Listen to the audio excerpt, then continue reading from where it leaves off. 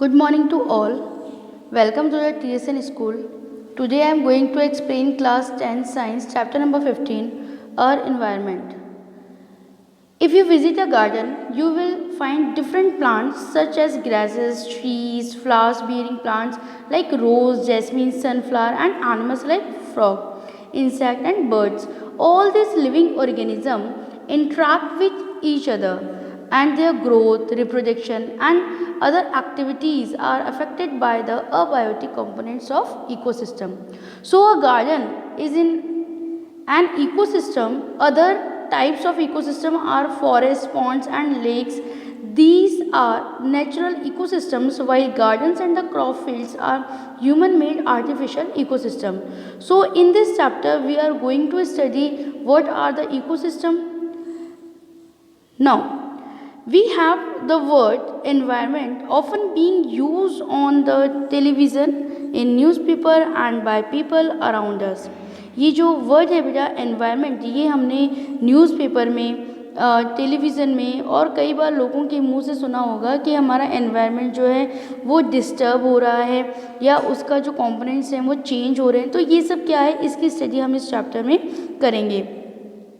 Environment is the sum total of all external factor, substance, living beings and conditions that surround an organism and influence the same without becoming its part. यदि बेटा हम किसी ecosystem की study करते हैं तो ecosystem के अंदर दोनों ही पार्ट हम लोग काउंट करते हैं, एक तो लिविंग थिंग्स और नॉन लिविंग थिंग्स. जैसे अभी मैंने आपको बताया कि एक तो इकोसिस्टम होता है वो होता है नेचुरल इकोसिस्टम और दूसरा इकोसिस्टम होता है वो होता है आर्टिफिशियल इकोसिस्टम. तो यदि हम फॉरेस्ट की या पॉन्ड्स की या लेक्स के अंदर जो ऑर्गेनिजम्स पाए जा रहे हैं वो प्लांट पार्ट है और वो जो एनिमल पार्ट्स है, जब हम उनकी स्टडी करते हैं तो हम किसकी स्टडी कर रहे हैं, हम एक नेचुरल इकोसिस्टम की स्टडी कर रहे हैं. बट यदि हम किसी क्रॉप फील्ड की स्टडी करते हैं या हम किसी गार्डन की स्टडी करते हैं तो क्रॉप फील्ड में क्या होता है कि फार्मर ने अपनी सुविधा के हिसाब से या अपनी चॉइस के हिसाब से प्लांट्स लगाए वहाँ पे. यदि हम एक गार्डन की स्टडी करते हैं तो उस गार्डन में क्या होता है कि जो माली है उसने क्या करा है बेटे, उसने कुछ फ्लावर्स वाले प्लांट्स लगा रखे होंगे, कुछ अदर प्लांट्स लगा रखे होंगे. तो ये हमारी चॉइस पे है, इसीलिए ये जो इकोसिस्टम होता है उसे हम कहते हैं आर्टिफिशियल इकोसिस्टम. तो ये क्वेश्चन बहुत ही इंपॉर्टेंट है, एग्जाम्स में, बोर्ड एग्जाम्स में ये आ चुका है कि what is the difference between the natural ecosystem and the artificial ecosystem. And examples के ऊपर भी क्वेश्चन आता है कि मान लीजिए आपको फॉरेस्ट दे दें और ये कौन सी इकोसिस्टम से बिलोंग करता है, नेचुरल से या आर्टिफिशियल से, तो वहाँ पे आपको इनके रिप्लाई जो हैं वो इस तरीके से करने होंगे कि फॉरेस्ट जो है वो तो नेचुरल इकोसिस्टम है और यदि हम इसकी बात करते हैं, क्रॉप फील्ड्स की बात करते हैं या हम गार्डन की बात करते हैं तो वो आर्टिफिशियल इकोसिस्टम का पार्ट होता है. तो यहाँ पर यही बताया गया है कि जब it consist of both living and the non living components, each of which are the several sub components which are interlinked. तो यदि हम किसी इकोसिस्टम की स्टडी करते हैं तो उसमें लिविंग नॉन लिविंग थिंग्स तो आती ही हैं, साथ ही उसमें बहुत सारे सब कंपोनेंट्स भी होते हैं. वो कौन कौन से हैं उनकी स्टडी हम यहाँ पर करेंगे. नेक्स्ट है interdepend on each other. In this chapter we shall be studying how various factors in the environment interact with each other and how we impact the environment. हम लोग ये भी स्टडी करेंगे कि ये जो लिविंग और नॉन लिविंग कंपोनेंट्स जो हैं वो किस तरीके से आपस में इंटरलिंक्ड है. Effect of adding waste to the environment. इसके अलावा हम ये भी स्टडी करेंगे कि ह्यूमन एक्टिविटीज़ से बहुत सारा वेस्ट प्रोड्यूस होता है और उस कचरे का, उस वेस्ट प्रोडक्ट का जो निस्तारण है वो किस तरीके से किया जा सकता है और किस तरीके से करना चाहिए. Human activities produce a lot of waste material which are thrown away into the environment. This waste cause pollution of air, water and soil. The waste material produced are of two main types. They are biodegradable waste and non-biodegradable waste.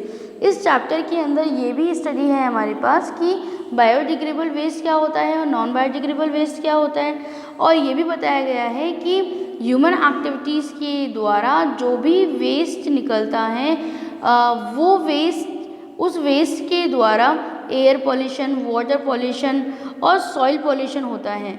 तो इसके क्या क्या effect पड़ते हैं human beings के ऊपर, उसकी study भी हम लोग करेंगे। नेक्स्ट है यहाँ पे बहुत ही इम्पॉर्टेंट क्वेश्चंस पुटअप हो रहा है ये वाला बेटे, आप इसको अच्छे से मार्क कर लें, बहुत ही इम्पॉर्टेंट है ये, कई बार एग्जाम्स में आया है कि right the difference in between the biodegradable waste and the non biodegradable waste. तो बायोडिग्रेडेबल वेस्ट क्या है? These waste are decompose into harmless substance by micro organisms. ये बायोडिग्रेडेबल वेस्ट जो होता है इसका मतलब है कि ऐसा कचरा जिसके ऊपर जो माइक्रो ऑर्गेनिजम्स हैं ये वर्क कर सकें और उसे छोटे छोटे कंपोनेंट्स के अंदर ब्रेक डाउन कर सकें और इसके बाद में वो पूरी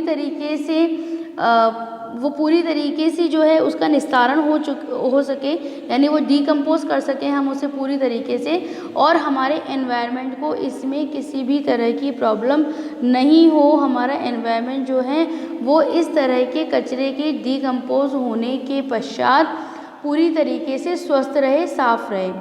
ओके, तो कौन कौन सा हो सकता है वो? ये हो सकते हैं वेजिटेबल्स या fruit, pulses, cereals and cotton, jute, wool, wood, leather, paper, animal dung and animal bones. ये सब जो हैं ये बायोडिग्रेडेबल वेस्ट होता है जो कि माइक्रो ऑर्गेनिजम्स के द्वारा डिकम्पोज किया जा सकता है। नेक्स्ट है हमारे पास में non biodegradable waste. These waste are not decompose by micro organism. Okay, तो क्या है डेफिनेशन में नॉट आया है, माइक्रो ऑर्गेनिज्म जो है वो इसे डिकम्पोज नहीं कर सकते। तो कौन कौन सा है? सबसे बड़ी मेजर प्रॉब्लम हमारे अर्थ की वो है प्लास्टिक, है ना, plastic and the polythene bags. तो polythene bags, plastic, synthetic fibres, glass and metal, synthetic rubber, तो ये जितने भी हैं पेस्टिसाइड्स वगैरह जो हैं ये सभी किसके एग्जाम्पल हैं? They all are belong to the non biodegradable wastage. Okay, तो समझ में आया बेटे? बायोडिग्रेडेबल, नॉन बायोडिग्रेडेबल, ये आपका एटलीस्ट 1.5 मार्क्स में, नहीं तो फिर 3 मार्क्स का क्वेश्चन जो है वो यहाँ से आपका पुटअप हो रहा है। ओके, नाउ नेक्स्ट टॉपिक है हमारे पास ecosystem. And ecosystem consist of all the living organism in an area along with the non-living components and their interaction. There are different types of ecosystem. Ecosystem के अंदर बताया गया है कि यहाँ पे लिविंग और नॉन लिविंग थिंग्स जो होती हैं, ऑर्गेनिजम्स जो होते हैं, वो एक तो लिविंग थिंग्स आपस में इंटरेक्ट हुई हुई हैं और नॉन लिविंग थिंग उन पर क्या इफेक्ट डालती है, ये सब जो है वो इकोसिस्टम कहलाता है। और यहाँ पर कुछ इकोसिस्टम की हम लोग स्टडी करेंगे। जैसे फर्स्ट यहाँ पे दिया है natural ecosystem, like forest, desert and the grasses हो गया, lands, mountains, ponds, lakes, river, oceans, they all are belong to the natural ecosystem. And the second is artificial ecosystem like gardens, parks, crop field, aquarium and the zoo. ये last year इसके ऊपर question आया था बेटा aquarium के ऊपर कि aquarium is the example of the natural ecosystem और आर्टिफिशियल इकोसिस्टम। तो ये किसका एग्जाम्पल होगा? हमारा आर्टिफिशियल इकोसिस्टम का। तो यहाँ पे इसकी स्टडी जो हमने करी है, यहाँ से हमारा 1.5 मार्क्स से लेकर 3 मार्क्स का एक क्वेश्चन यहाँ पर पुटअप हो रहा है कि right the difference between the, पहले तो डेफिनेशन पूछ लेंगे कि what is the ecosystem and explain the natural and the artificial ecosystem. तो उसमें कंप्लीट हो जाएगा ये, नहीं तो इनकी एग्जाम्पल्स से भी क्वेश्चन पुटअप हो सकता है। And ecosystem consist of 2 main components. अब इकोसिस्टम के अंदर 2 मेन कंपोनेंट्स होते हैं, वो कौन कौन से हैं? Biotic and the abiotic components. क्या है ये बायोटिक कंपोनेंट्स? यहाँ से भी अब आपका 1.5 मार्क्स से लेकर अब अगेन आपका 3 मार्क्स का क्वेश्चन पुटअप हो गया बेटे यहाँ से। ये दोनों भी इम्पॉर्टेंट है, right the difference between the biotic and the abiotic components. और इसमें बताया गया है कि biotic components are living components like plants, animals and the microorganisms. They consist of producers, consumers and the decomposers. अब यहाँ पर डेफिनेशंस आई है हमारे पास कि बायोटिक कंपोनेंट्स के अंदर क्या है, एक तो लिविंग कंपोनेंट्स हैं सारे के सारे, और इसके अलावा क्या हो सकते हैं, वो प्लांट्स हैं, एनिमल्स। भाई लिविंग कंपोनेंट्स तो ये होते हैं, प्लांट्स हैं, एनिमल्स हैं, माइक्रो ऑर्गेनिजम्स हैं, तो ये सभी किसका पार्ट है, बायोटिक कंपोनेंट्स का पार्ट है। तो यहाँ पर हम कुछ डेफिनेशन जो कि आपने 6th स्टैंडर्ड में साइंस के फर्स्ट चैप्टर में स्टडी किया होगा, वो है producers, consumers and the decomposers, उसकी स्टडी है वो हमारे पास में। तो अगेन यहाँ से ये वाला जो पार्ट है ये आपका 3 मार्क्स का यहाँ से क्वेश्चन पुटअप कर रहा है, 1.5 मार्क्स से लेकर 3 मार्क्स का क्वेश्चन पुटअप हो रहा है इस वाले पार्ट से कि प्रोड्यूसर्स क्या हैं। Producers are the green plants which produce food by the process of the photosynthesis. Producers क्या हैं, ये ग्रीन प्लांट्स हैं जिनके अंदर की क्लोरोफिल पाया जाता है, और ये क्लोरोफिल सूरज मतलब सनलाइट का यूज़ करके और फिर अपना खाना ये खुद बना लेते हैं। तो ये जो प्रोसेस होता है वो क्या कहलाता है, फोटोसिंथेसिस कहलाता है। और इस फोटोसिंथेसिस से क्या मिलता है, C6H12O6 मिलता है, और इसको फोटोसिंथेसिस के प्रोसेस में कार्बन डाइऑक्साइड गैस तो काम में आती है। तो हमें क्या मिलता है, जो एनिमल्स बींग्स हैं, ह्यूमन बींग्स हैं, उनको क्या मिलती है, O2 मिल जाती है, यानी ऑक्सीजन गैस मिलती है। तो प्रोड्यूसर्स में कौन आ गए, ग्रीन प्लांट हो गए जो कि अपना खाना खुद बनाते हैं। Next thing, consumers are which herbivorous which get their. अब कंज्यूमर्स की स्टडी कर रहे हैं बेटे हम लोग, कंज्यूमर्स की डिटेल स्टडी है हमारे पास में। फर्स्ट है herbivore which get their food directly from plants, carnivores which get their food indirectly from plants, and the omnivorous which get their food directly और इनडायरेक्टली फ्रॉम प्लांट्स। तो इसकी हमने जूनियर क्लासेस के अंदर भी स्टडी की है। फर्स्ट है हर्बीवोरस के बारे में, कौन होते हैं वो, ये गॉड है, काऊ, बफेलो, ये क्या करते हैं, ग्रीन प्लांट्स को ही ये खाते हैं, यानी प्लांट प्रोडक्ट ही लेते हैं ये। तो इन्हें हम क्या कहते हैं, शाकाहारी एनिमल्स कहते हैं, शाकाहारी जंतु कहते हैं हम लोग इन्हें। दूसरे वाले जो आ गए वो कौन से हो गए हमारे पास में, सेकंड हमारे पास पार्ट हो गया कार्निवोरस का। तो कार्निवोरस में भी हम लोग 2 टाइप्स में पढ़ेंगे, first carnivorous and second carnivorous. तो कार्निवोरस कौन होते हैं, जो कि शाकाहारी एनिमल्स को खाते हैं, शाकाहारी जंतु को खा रहे हैं, इसीलिए इनको मांसाहारी जंतु भी कहते हैं। और ओमनिवोरस कौन होता है बेटा, जो कि प्लांट प्रोडक्ट भी खा रहा है, हर्बीवोरस को भी खा रहा है और कार्निवोरस को भी खा रहा है, ठीक है। तो इस तरह के मतलब प्लांट पार्ट और एनिमल पार्ट दोनों जो गेन करते हैं वो कौन कहलाते हैं, वो ओमनिवोरस कहलाते हैं। और इसके एग्जाम्पल कौन कौन से हो सकते हैं बेटा, डॉग हो सकता है क्योंकि मिल्क पार्ट भी ले रहा है ना, फूड भी ले रहा है, और फिर वो जो मीट वगैरह है वो भी खाते हैं। इसके अलावा क्रो एंड कैट, और इसके अलावा human being, they all are the good examples of the omnivorous.